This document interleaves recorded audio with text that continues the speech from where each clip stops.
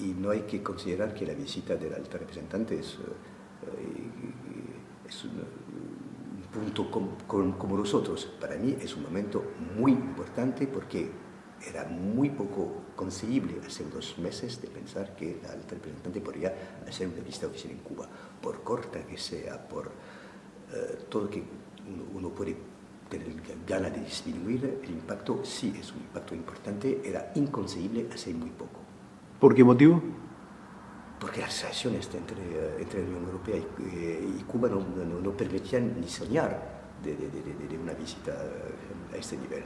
Había contactos a nivel de los diplomáticos, pero imaginar que era Catherine Ashton en la época, una visita oficial de Catherine Ashton nunca pasaron los sueños de nadie, ni de ella ni de los cubanos. Supongo, no sé, no estoy en esos sueños, pero ni los míos por lo menos. Para decir la verdad, yo creo que lo que pasó en diciembre permitió levantar algunos frenos adentro de la Unión Europea, algunas reticencias. En ese sentido, sí, hay unas conexiones. Las reticencias no eran francesas, como se sabe. Francia había empezado con muchos años de anticipación, e incluso adentro de la Unión Europea Francia siempre había tenido un papel muy adelantado en lo que concierne la relación con Cuba. Pero francamente yo creo que el papel principal, la consecuencia principal de lo que pasó entre Estados Unidos y Cuba ha sido la disminución de reticencias de algunos socios dentro de la Unión. Es lo que yo creo mirando desde afuera. No estoy adentro de la máquina diplomática de la Unión, pero mirando la cosa yo creo que así pasó. Cuba es un país del Caribe, Francia es un país del Caribe. Primera cosa que no hay que olvidar, y no son 2 países marginales en el Caribe, son 2 de los más importantes. Cuba es un país donde las empresas francesas están bastante presentes, donde la cultura francesa y la relación histórica han sido siempre muy cercana. Pensamos a Alejo Carpentier, etcétera, etcétera. Es decir que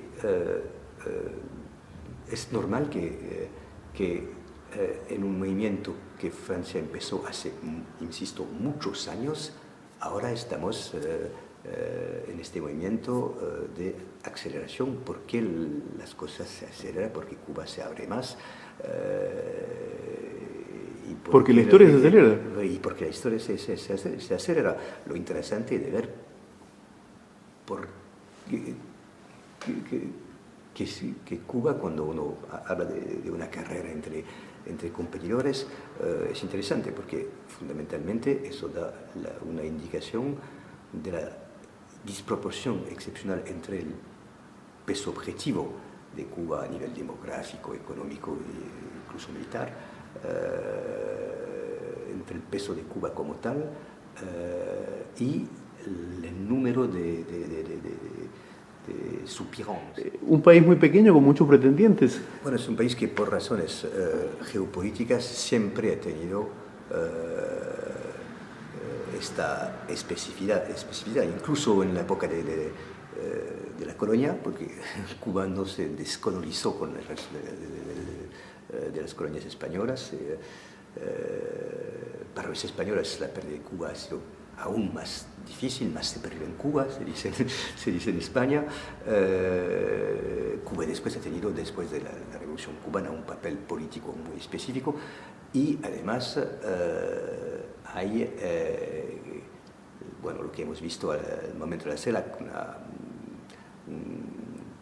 un apoyo colectivo en el conflicto, un apoyo colectivo de América Latina hacia Cuba. Cuba tiene, es un país que desde muchos años, pero sigue siendo así, curiosamente, pero es interesante. Cuba tiene un papel que podría parecer desproporcionado, pero es un hecho. Es un hecho por su situación geográfica, por su propio peso político, por su especificidad cultural. Es un país muy específico. Yo creo que no me sorprende que hay tantos, lo que usted llama pretendientes de Soupirant. Bueno, además, eso también hace parte de una voluntad de esos Soupirant, cuando no son latinoamericanos, de acercarse a América Latina. China, Rusia, Unión Europea, Francia, como tal, por supuesto, Estados Unidos. Todos son socios que quieren acercarse colectivamente a América Latina, y uno sabe que no se puede acercarse con América Latina sin Cuba o contra Cuba.